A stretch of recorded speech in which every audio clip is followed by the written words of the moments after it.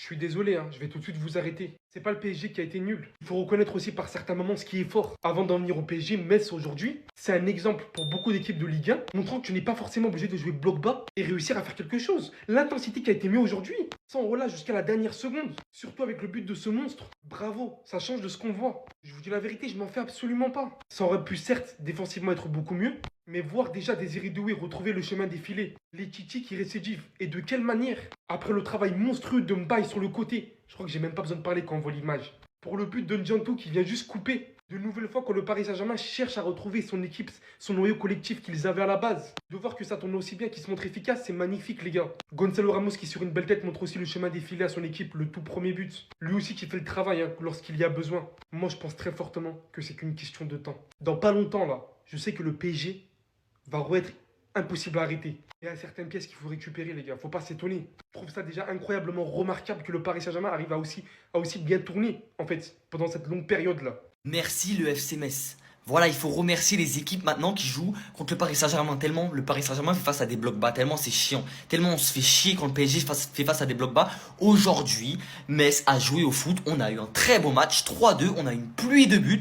Et c'est comme ça à chaque fois. À chaque fois que le Paris Saint-Germain fait face à une équipe qui joue au foot, qui propose un jeu, et bah ça donne des top matchs. Parce que les Parisiens, moi je les comprends. Chaque semaine, ils regardent leur équipe jouer face à des blocs bas, c'est toujours les mêmes matchs. Et je comprends. Et là, au moins, il y avait un peu d'adversité. Et franchement, Metz était à ça de prendre le nul, alors que la différence d'effectif, elle est énorme. Plus, quand les équipes adverses face au PSG jouent, ça permet à des joueurs de se révéler. Aujourd'hui, on a vu le but de Deminguet incroyable, le but du Géorgien incroyable, Kofi Kwao, le latéral droit offensivement incroyable. C'est des joueurs qui se permettent de se révéler, vu que le Paris Saint-Germain c'est beaucoup regardé. Et ça, c'est important pour des joueurs comme ça. Par contre, t'as vu, je suis pas sûr que si je suis messin, je suis satisfait du résultat.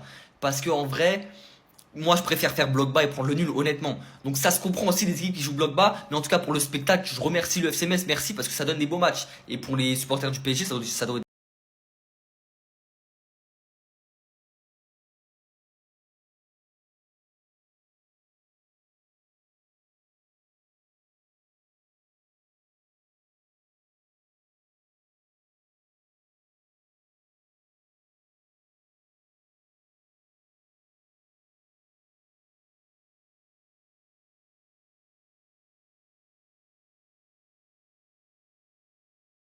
Stop! Au bout d'un moment, il faut qu'il arrête. Vous savez ce que je vais faire? Je vais prendre un rendez-vous avec Luis Enrique et on va commencer à parler de ce qu'il fait là. Parce que là, ce qu'il est en train de faire, c'est pas normal. Metz, PSG, on est à la première mi-temps. Mbaye vient de faire une percée sur le côté gauche. Il a envoyé un joueur du FC Metz. Il envoie un centre pour N'Diantou. 2-0 pour le PSG à ce moment-là. Mais quand je vois cette action construite à 100% par deux titis parisiens et que je vois leur match dans l'ensemble, je me dis, mais Luis Enrique, qu'est-ce qu'il est en train de leur faire? Ce soir, Mbaye, c'était 9 touches dans la surface adverse, 7 duels remportés, 3 fautes remportées, 2 chances créées, 2 passes décisives. 2 passes D pour Mbaye et un but pour N'Diantou sorti à la 66e. Luis Enrique, tu n'es pas normal. Tu es un sorcier. Les deux titis parisiens qui n'auraient jamais dû être titulaires dans un monde normal où le PSG n'avait pas ses blessés qui se pétaient toutes les 3 semaines, aujourd'hui, c'est en train de devenir petit à petit au PSG des solutions crédibles, non négligeables. Et tout ça, c'est grâce au travail d'un seul homme, Monsieur Luis Enrique,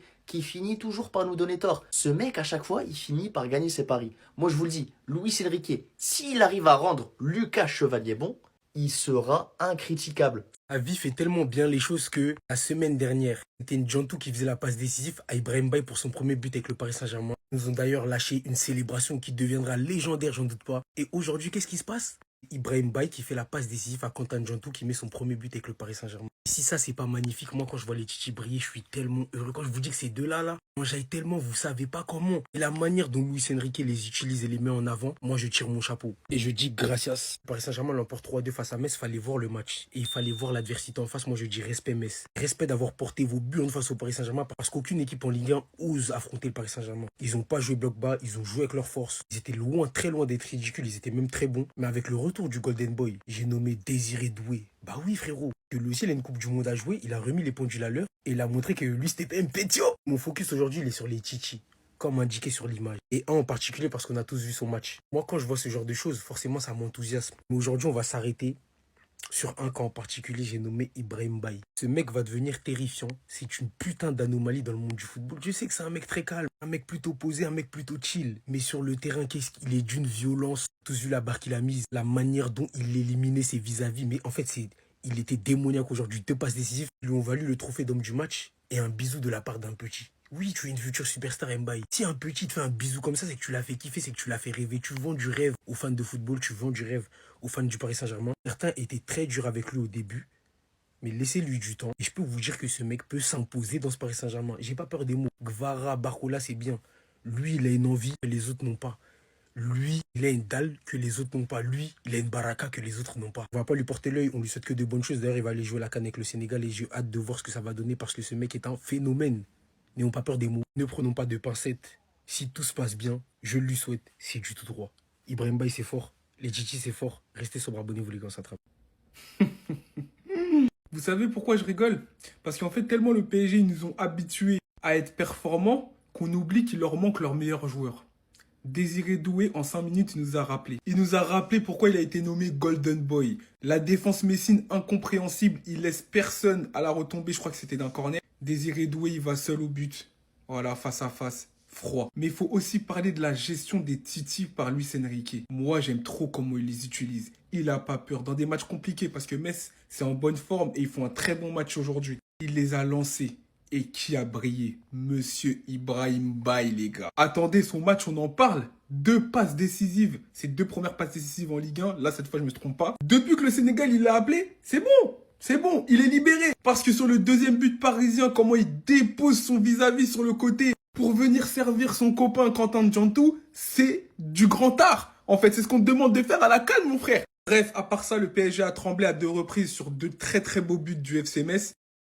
Défensivement, c'est pas l'assurance tout risque, mais le PSG peut compter sur ses artisans offensifs comme Kangin qui pour moi est l'un des joueurs les plus sous-cotés de cette saison au PSG. Toujours décisif, son pied, en fait, il a un pied magique, il a un pied gauche magique. Alors lui, il a parfaitement compris l'expression saisir sa chance. Ibrahim Baye. C'est exceptionnel ce qu'on voit de lui ce soir. La masterclass qu'il a pondue ce soir contre Metz, c'était incroyable. Franchement, exceptionnel. Et surtout, il fait une passe D pour un autre Titi, Quentin Djantou. Ce soir, je trouve que les deux ont été excellents, mais l'homme du match, d'après moi, c'est Ibrahim Baye. On l'attendait peut-être pas à ce niveau-là. Et il a ébloui tout le monde. Au final, le Paris Saint-Germain s'impose 3-2 contre Metz à l'extérieur, avec un Metz qui, à la fin, s'est montré très dangereux pour le Paris Saint-Germain. Ils ont eu le ballon, ils ont monopolisé le ballon. Le Paris Saint-Germain a même un peu gagné du temps à la fin pour éviter de prendre un contre et perdre, enfin faire match nul à l'extérieur qui aurait été fâcheux vu le nombre d'occasions qu'on a eu. Occasion ratée, et c'est important de le mentionner, par Gonzalo Ramos. Gonzalo Ramos marque un but, mais le nombre d'occasions qu'il vendange, bah c'est pas possible quand t'es au Paris Saint-Germain, c'est pas possible quand t'es dans un club avec ce niveau d'exigence-là et niveau d'attente.